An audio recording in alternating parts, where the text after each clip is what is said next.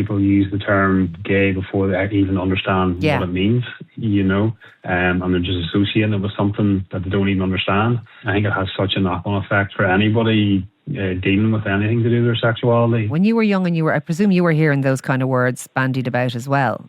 Did that contribute to you saying, Jesus, I'm not going to tell anyone I'm gay? Oh, totally. I went to an all-boys school called St. Coleman's College, so there was always gay slurs and always things like that going around. So it was definitely just, you associate it with weakness, you associate it with shame. Part of my reason for wanting to speak out is because I feel terrible at times of how I would have acted just to fit in, because I would have said things as well that would have made me sort of try and fit in with other guys and what they would have been saying. So I just think it was just the way things were, that it was just acceptable to say that things were gay, to say that, oh, that's gay. It's just lack of education and lack of awareness from people, which I just don't think it should happen anymore. I would have purposely, if anyone who was camp or anyone who came across as effeminate, I probably would have stayed away from them.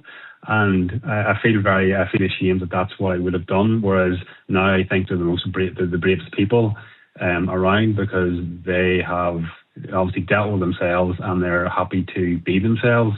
And I think it's the bravest thing you can do.